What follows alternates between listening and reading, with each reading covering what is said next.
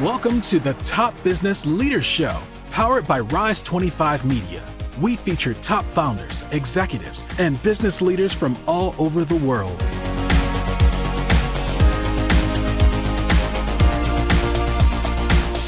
Chad Franson here, co-host of the Top Business Leaders Show, where we feature CEOs, entrepreneurs, and top leaders in the business world.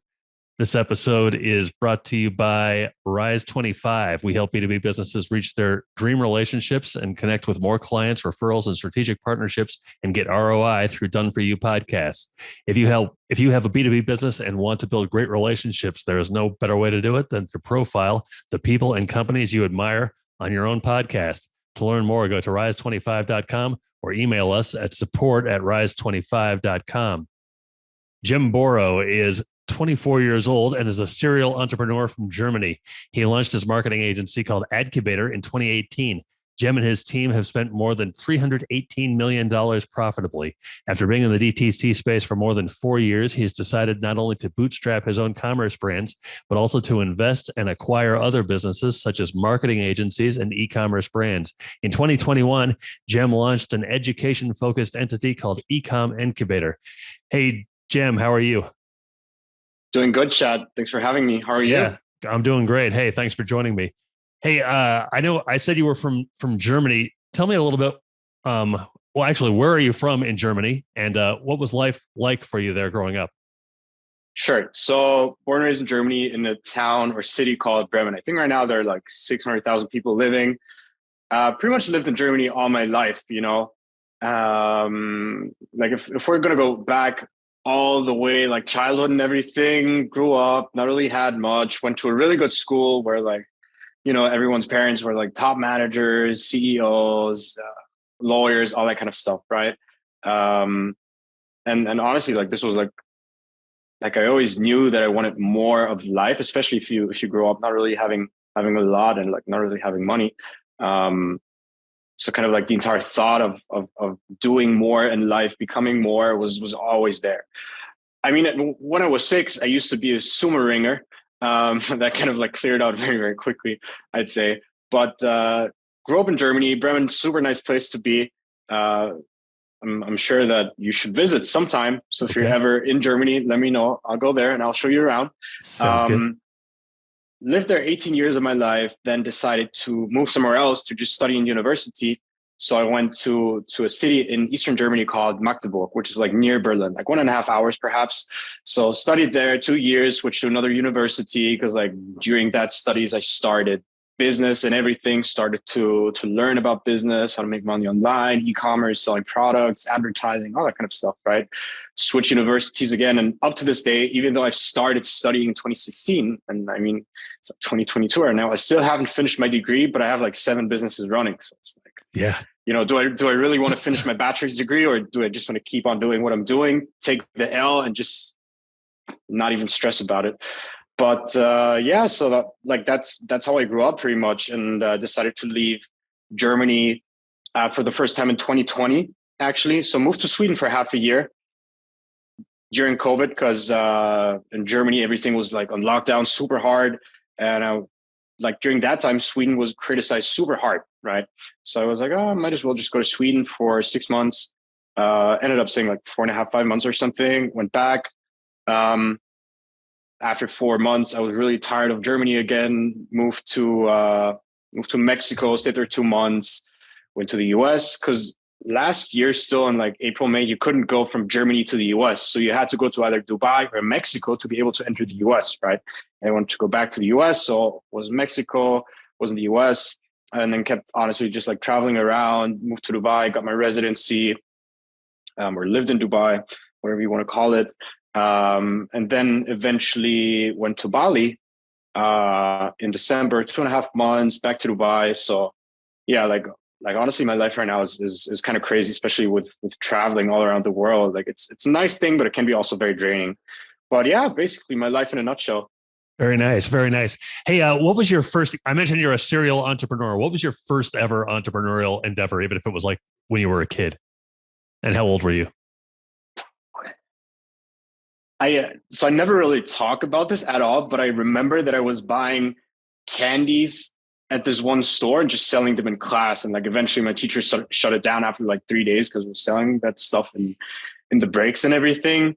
Maybe even trading at these small football stickers, you know? Yeah. Not really selling, but just like trading. But I'd say like the first time, like I made money, yes, but it's not like I made like maybe 50 or 100 euros from that, like nothing crazy, right? But like as a 13-year-old or like I think I was 11, 12, 13, something like that. But that was like the first thing I started. So when did you get your first job? And what did when you I was do? 16. So I've worked pretty much everything. I was 16, worked like so my birthday is on the 2nd of May. And in Germany, you can do some smaller stuff with your neighbors and everything if you're, like 13, whatever. But like the first real job at 16. So I got that when I was 16, immediately when I turned 16, because I was like, okay, I need to make money. I need to make money. I need to make money. I need to like be able to provide some support and everything. So I worked at a juice bar and I was doing all these smoothies and shots and like small lunch boxes, kind of like wraps and stuff like that. So that was the first job. And I mean, if we want to talk about the next job, so first of all, juice bar. Then I was a waiter in winter from November on up until February, and I had like this I don't know what's it called, like this hot wine that you can sell, mullet wine. Mm-hmm. Yeah, so I sold that as well. And I had like 17 tables or something, and it was winter, some days even like -8 degrees, and I only had the tables outside, not inside, which was a pity. But at that point of time, I was 17. I was making like 3K a month. I was like damn, like I was still in school, and I got like hella tips and everything, and I just kept them because they told me, yeah, you can keep it. So that's when I made some money. Then worked at a shoe store, something like Foot Locker. Like it used to belong to Foot Locker, but then they went bankrupt like last year or something, the year before maybe. Then I worked in Hamburg for like 3 months at Abercrombie and Fitch. Then I moved to Magdeburg, went back to the shoe store that I was working at, because they had like chains all over Germany, right? And I basically could, because I was doing so well and I was like making insane amount of sales just because I was working not even part-time, but like 12 hours a week. They were like, yeah, you can just go and work there and like, get the job. So I didn't have to go through that pain of applying and looking for something in a new city, basically, which was super helpful. Mm-hmm. So you had, you worked in the juice bar, you were a waiter, you were selling clothes or whatever. How did you? I forgot one thing, actually. Oh yeah. I was driving a transporter from a moving company. So I did that when I just turned 18. And sometimes I drove cars that were actually too big. And initially I didn't know that I wasn't allowed to drive them. But the only thing that I had to do was just like drive the car, and it was a super big transporter. Didn't really have to move the furniture, which was good. Not always, very little. Like sometimes if they needed a hand with something, or sure, but mainly just like driving around. I got paid like 12 euros an hour for that, which was amazing because minimum wage at that point of time was like $8.50 or something, and I just got it straight cash. So that's something I forgot, and I think that's the last one. Yeah. Okay. So you had all those jobs, all those, they're good jobs for a young person. But then all of a sudden now you're 24, and as you just mentioned, you have 7 businesses running. How did you make that transition? All that stuff was not that long ago. It was all within the last 10 years. Pretty much, yeah. So this entire entrepreneurial journey, I mean, if you want to say it started when I was 11, sure. But honestly, I think it'd rather start when I was 16, 17, started to read like how to make money online, and like, because usually I say everything started in December 2017, because this is like when I started the first thing, drop shipping.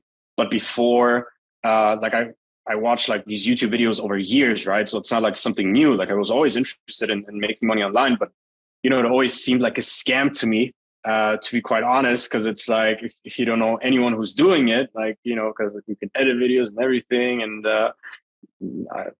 quite honestly, I was very close-minded when I was a kid back then. But that changed eventually. So first thing was drop shipping, started drop shipping, failed miserably. I didn't know what the hell I was doing. I was buying like fake traffic on Fiverr. I had like 20,000 sessions on my store, not a single add to cart. I remember that I was at a girl's place and I was checking my phone, my Shopify app. And I was like, what the hell? Like nothing is happening. Why is no one buying? Right. And I was like, okay, like there has to be a mistake, bought influencer shout outs, nothing. So eventually, like I was, okay, I need to get rid of that store. So I posted inside of a Facebook group and said like, yeah, we don't have the time to run it. And like something wasn't working with the checkout. So maybe a white lie, if you want to call it that way. But they just wanted to have a pre-built store. So it was fine with me, right? So I got paid $250 and after PayPal fees or currency conversion, I don't know exactly what it was. It was like $239 in profit that I've made after running that for like 6 months. And it, like, cause of course, like back studying, not having money. Cause like I had to buy all the furniture. I had to do all the moving by myself, get everything.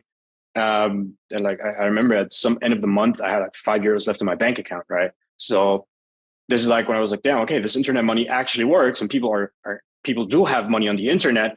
And it's just like, you have to know how. So this is when I started to study courses, watch more videos, watch more tutorials, and essentially just consume as much information as I could on the internet to eventually get to the point where I'm at right now. And even up to this day, I'm still educating myself day over day over day, whether it is reading books, listening to podcasts, watching YouTube videos, just talking to friends of mine who are in the same business and just like exchanging. You know, it's not like that I'm saying I have a time block 4 hours every single day, but it's like something that is consistent improvement, of course. And so now you're running seven businesses. Is your primary business Adcubator, would you say?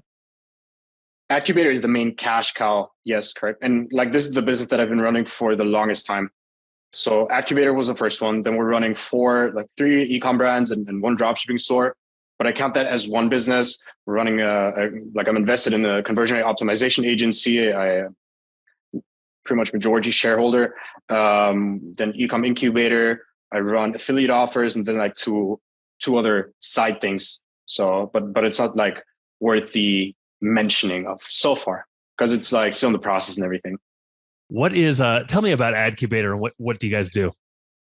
Yeah, so Adcubator is essentially a full stack Google Ads agency where we do done for you media buying for e-commerce clients. So essentially e-com clients come to us and they ask us if we can help them grow and if we think it's a good fit. If we look at the margins and everything, the KPIs just make sense, then we're like, okay, hey, this makes sense. We know we can provide growth. Let's work together. These are the fees, whatever, contract signed. Then we're just going to start scaling these brands and essentially helping them, lift off. And it's not only small brands or dropshipping stores. It's actually mainly very, very big brands. Sometimes even brands that are doing like 80 million a year, 120 million a year. Even VC-backed companies that just want to see growth. And I'm getting KPIs according to post-purchase survey and Google Ads Manager. And like, quite honestly, sometimes these companies are burning 1 to 2 mil a month. And I'm like, like from a VC standpoint, I would get it because it's like, you want to try and grow as fast as possible. Because if you're profitable, you're not spending enough money on growth. But from like a brand owner perspective, I'm like, that's so bullshit. Because like you can be profitable and still drive growth instead of burning like 1 or 2 million a month. Like it just doesn't make sense to burn through the money just to achieve a result faster because it might take you 1 or 2 years longer and the valuation might not be as good, but then it's a trade-off, right? It all depends in the final valuation or if they want to go public to IPO, if they want to sell, whatever it is. You're 24 now. You launched Adcubator in 2018, so you were probably about 20. What were you doing at that time? And then how did the idea for Adcubator come about? So I was still studying and I just sold the dropshipping store pretty much in June, July. And this is like when I really start to study how traffic works, how advertising works. Because at the end of the day, you need to have 3 good components. First of all, you need to have a landing page that is converting where people are going to make a purchase or leave their email, book a call, whatever it is, right? You need a way to get people to your website, which is going to be advertising. And then you need a way on whether it is copy or creative on Facebook. It's both, right? For Google, if you have search ads, it's just going to be the copy, right? So you need some kind of, again, medium landing page, and then some kind of copy, creative, whatever it is, right? So I started to learn on a course about Google Ads, took that course, got a few clients and more like freelancing, right? Not like building an agency immediately, but just like taking on a few clients, charging a few retainers, and I charge money, even though I was never running any Google Ads. And I was like, okay, damn. this is actually working, because I was essentially testing with other people's money, but I mean, it paid off. So it was like, like, of course they had something to lose. I didn't really have anything to lose because, but like, how are you supposed to get started otherwise if you don't have money and anything else, right? It's like their best bet to put it on the winning horse if there's on the only horse if there's like no horses, right?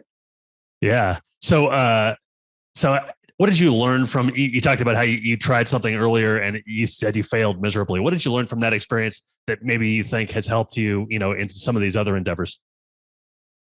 Quite honestly, when I sold the entire store, because like during that time, I didn't have any knowledge about what I was doing. And it's not about that I learned or whatever. I think the most important thing that I've learned is that this entire internet money thing is real and it actually works. And there's like many people out there who are doing money, right? Because I was inside of these Facebook groups and I saw results of other people, what they're posting, right? And I sold the store and I was like, okay, well, so when I was about the store. So I figured if I can sell the store, because like I could have just closed it, right? If I can just sell the store, even though it essentially has no value, but besides like it saves you some time instead of building a store. I mean, at the end, what it told me was instead of just quitting, you can just pursue it and then see where it goes, right? Because if I would have stopped, I probably would have never started again. But yeah, maybe you could even say, not trying to look left and right, but just being a bit straight, being a bit stern, maybe. Mm-hmm. Sure. What is Adcubator like now compared to, when you first started? You kind of talked about what you were doing when you first started. What's it like now compared to then? Yeah, it's a great question, because if we're going to talk about it, we're going to see the entire progression from freelancing, not knowing how to talk to people, not knowing how to treat clients, not knowing how to behave, contracts, agreements, NDAs, what you're allowed to do, that you're not supposed to manage stuff from your phone, but actually have something internally, have a professional email, all that kind of stuff, right? Right now, we're a team of 23 media buyers. If you count my executive assistant, it's 24 people. But like we have everything systemized to the team. We're working with ClickUp for project management, Notion for knowledge management. We have an office. They work all in-house. I used to, even though I was the person who always used to come at like 3 p.m. or something, because I can't start working at like 8 a.m. with like 20 other people around me. Like I can't just do it. But I mean, how important community also is, and just the entire climate that you have, how to treat employees respectfully, that you shouldn't make jokes about, haha, I'm going to fire you or something, but, they're like equal. It's like flat hierarchies. And, like just because they're working for me, with me, it doesn't mean that I'm any better than them. Like I just took a different path, but they're great people. So again, like honestly, it went from like, I'm not going to say 0 to 100, because I don't think I'm there yet. Hopefully I will be at someday. But yeah, I mean, from knowing nothing to kind of like learning the entire thing, to, not only the technical side of things and not only project management, but if you do it, you have to do all kinds of things, right? You have to register a business. You have to get your VAT ID if you're providing you're in Germany, right? How to pay taxes, how to get an accountant, how to hire the right people, how to job interviews, all that kind of stuff. It's like so much. Like essentially this taught me how to actually run a business. Sure. What would you say has made you so kind of like courageous from an entrepreneurial standpoint, and to try all these things and to keep pressing forward? So in my yearbook, there's a question where it was asked, like, where do you see yourself in 5 or 10 years? To be quite frank, I just wrote down millionaire and I gave it no thought, because like, in school and uni, every single time there was something in life, I always found a way, Mm-hmm. It doesn't matter how challenging it was, whatever. I always found a way, a loophole, whatever it is, because I was either very, very smart about what I was doing, or I was very analytical about what I was doing, and like trying to understand the entire situation, not making any decisions based on emotions, which is of course sometimes very important, but like you need to put the ego aside. You need to watch everything very carefully, not make any decisions impulse based. And this is something that especially my impulsiveness, because It was like what all of my friends call me. It's like, you're like cocaine as a person, because I'm like super energetic and everything. Mm-hmm. Yeah, like I think honestly, I knew that I might fail, but I'm just gonna try again. And if you see all these other people out there, they're not there where they are right now because of luck. Maybe if you were born to a rich family of of a kingdom, of course, that's something else, right? But like, what are the odds?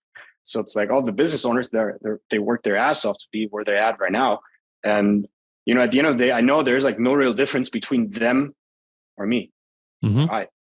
So when did you start to you said you were going to be a millionaire in your yearbook. So obviously you knew you were kind of wanted to make money. When did you start to realize like how like culture was important, and how you treat clients were important, and things like that, maybe that aren't totally associated with just income?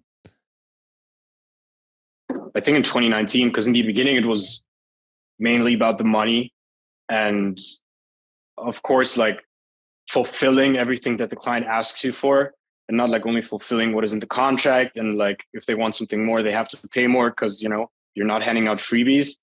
But I mean, you're dealing with real people here, right? It's not like just because they're on the internet or on WhatsApp, they're not real. They're like actual people. They're just like human beings like you and I. So, like as long as you are in a good standing with the people, this is like why everyone says like, don't burn the bridges, right? You don't want to have a bad standing with a person at the end of the day, no matter how ugly things turn, because you're always trying to be, on good terms with anyone, right? So talking about that, it's not necessarily about being on good terms with anyone, because there's like no fight happening or anything. You're trying, like at the end of the day, it's a work relationship, but they're still human beings, right? So it's not like, again, you're just talking to a wall and they say yes, no. Like if you're telling them something and they're paying you money, they work fucking hard for their money as well. So like you need to fulfill what they paid you for, right? And if you can't, like you need to figure out a way on how you can, or if you're going to drop them.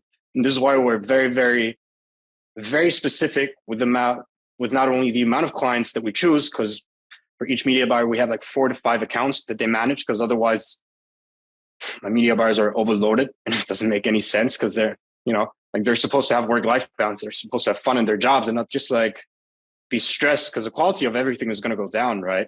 But again, if we're going to talk about the relationship with client and everything and how you handle everything culture-wise, I mean, what reflects in personal life also reflects in business, I think, and like how you deal with people. And I think for that, you don't really need a high IQ. You'd rather need a high EQ. And especially in business, there are very smart people, but sometimes they don't know how to deal with people, which is, I think, very, very unfortunate. Mm-hmm. What would you say is the proudest moment, or something you're most proud of in your journey so far? I mean, I have a few things. Like I could list so many things. I'm thinking what I should say, but maybe to name a few, I've had like a big financial goal that I've hit in 2020. I have a team of almost 90 people now across all the companies, which is like, I barely have anyone in my team that is younger than me. Actually, I have a few people, but it's just a handful. So I'm like, damn, like, you have people working for you that are older than you. It's kind of like something, it could be like your big brother, your big sister kind of style. Being invited to keynotes. I think the most proud moment actually was, so there's this marketing outlet, marketing company, whatever you want to name it, called OMR. And they have courses, they have seminars, webinars, PDFs. You can have them online. You can get them shipped to your house. They have a huge blog, like probably the number one platform for marketing that you want to go to if you want to learn something. Actually, I wouldn't say the number one, but the biggest one, right? And it's renowned. Like everyone in Germany knows OMR if you're in marketing. And every year they have this big festival, which is called OMR Festival. And it wasn't happening for 2 years. I think it was 2020, 2021. So the last one that they've had was in 2019. But this year it happened, right? And I got invited to speak there, and there were 70,000 people attending in person and not like online or something. like 70,000 people, which is huge. And they asked me if I wanted to talk, and I had 2 other keynotes in Miami at that point of time. And my keynote would have been at like 5:30 p.m. and I would have landed 1 p.m. My flight got canceled, so I had to get a new one. So I landed like 10 a.m. So I was like, damn, like just getting back from Miami, and I have this talk in front of like, of course, you're not going to talk in front of 70,000 people because it's like a huge exhibition with booths and everything. Yeah. But I think I spoke in front of probably like 10,000 people, and closed the entire stage. And that was crazy. That was like, wow. And the feedback that I've gotten was crazy because I sneaked something in. It was a QR code. And I was like, hey, like scan this QR code. You know, I'm going to send you something after the presentation. And in Germany, not really anyone has Twitter. And then after it, so essentially the QR code sent them to Twitter with a pre-written tweet where I was tagged and where OMR was tagged. And I think like 500 people or something posted that. And I had 2 different QR codes. So in total, it was like almost 1,000 tweets where it was tagged in.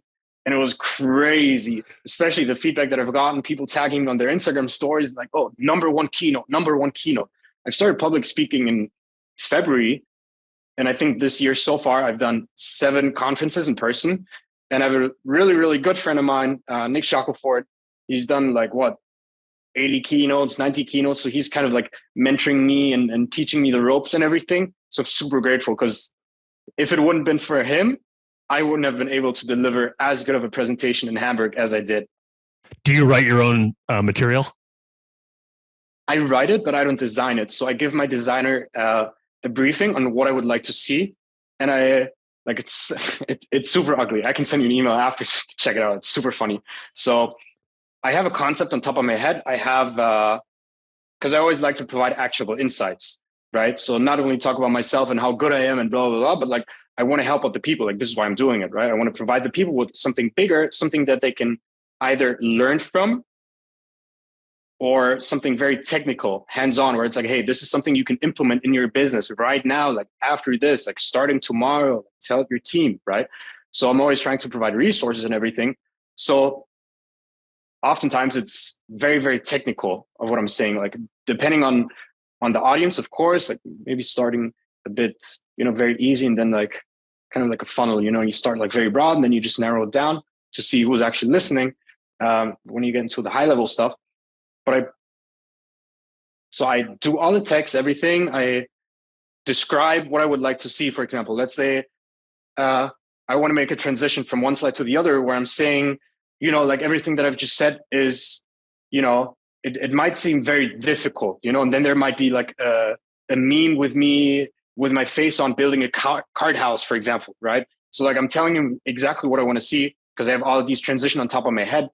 And I just kind of try to work out a flow that makes sense. And I'm like, okay, here I want to kind of have an information overload effect, right? So I'm like, okay, I've taken screenshots of like 40 tweets, for example, with like, because I've done on one keynote, I was like, hey, like, what is this? Kind of like a question, just to get some input, or like, I think it was even like questions, like, what do you want to know about this and this?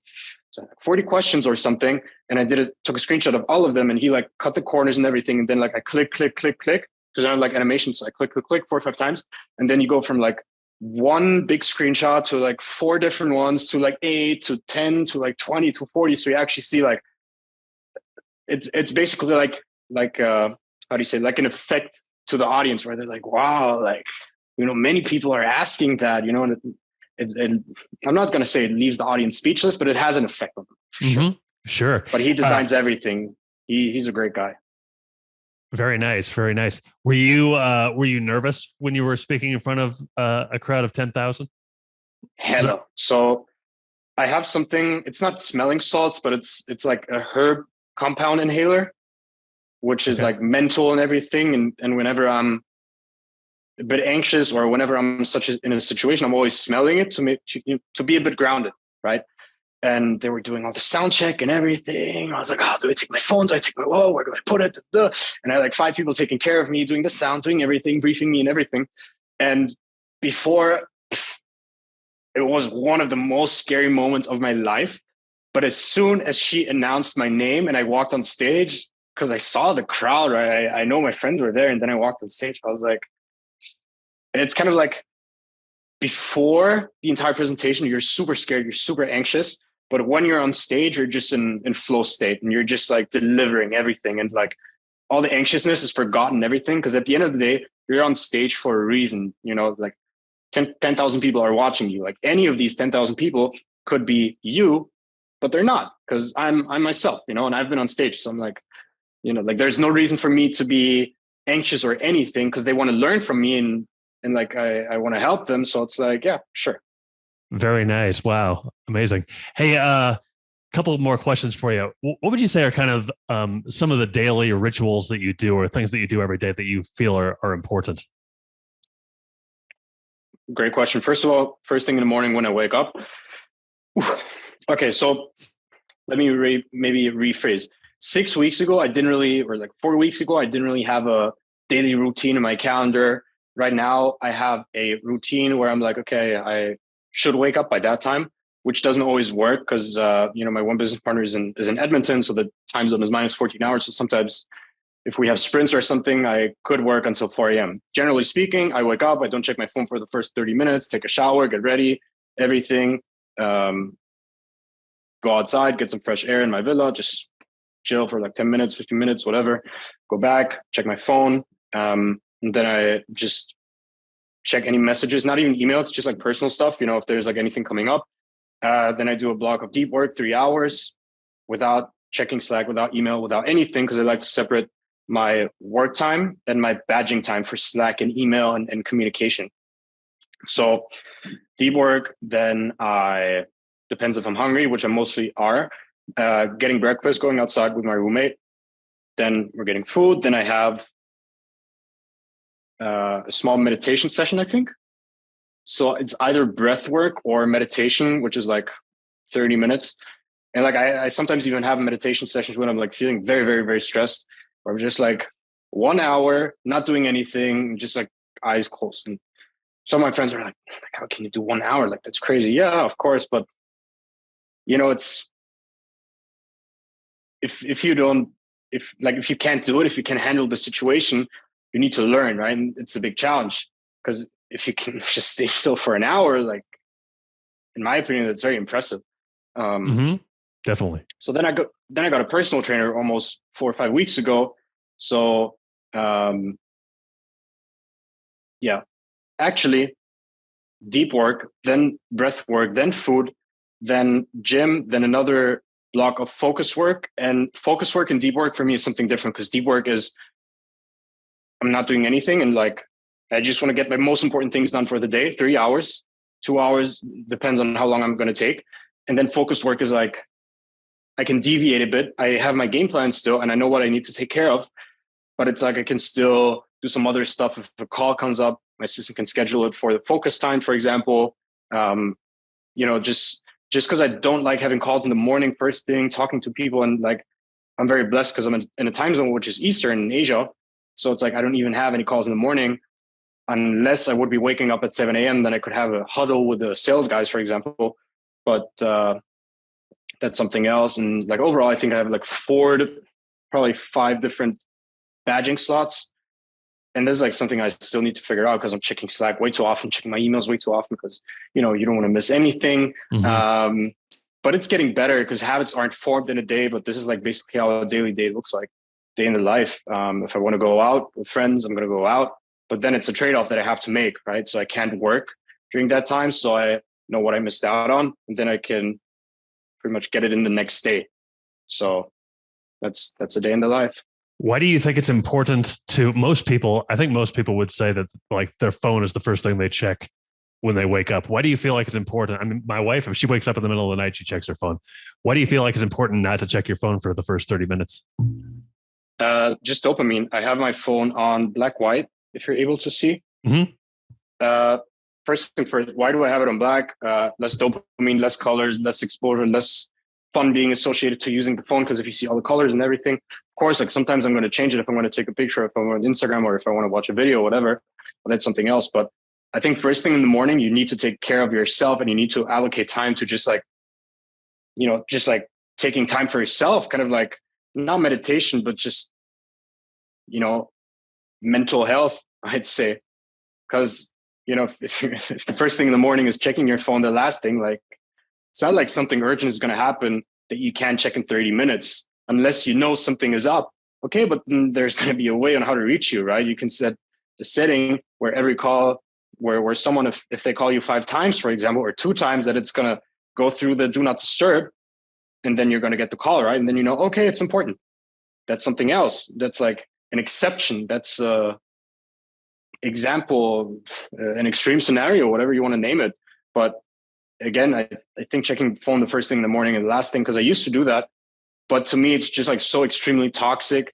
First thing you check emails and work, and you get stressed because like, I need to do this. I need to do this. Yeah, but who cares? Like, you can't change anything about it anyway. So like, why even bother checking first thing when you could just like go outside, go for a walk, get some fresh air, drink some water, and get like a clear head, and be like excited about your day, I think. Yeah, very, very nice. That's very cool. Hey, Jem, it's been great to talk to you. I have one more question for you, but first, how can people find out more about everything that you have going on? Yeah, so the platform that people can reach me the most is either one of these 3. So it's either LinkedIn, Instagram, or Twitter. Are we going to put the socials in the thing? Yeah, right? Yeah. Otherwise, I can just... Okay, perfect. So you can check them there in the description. Yeah. Okay, great. Hey, last question for you. What, if you can think of something, what is the best advice you think you have ever received?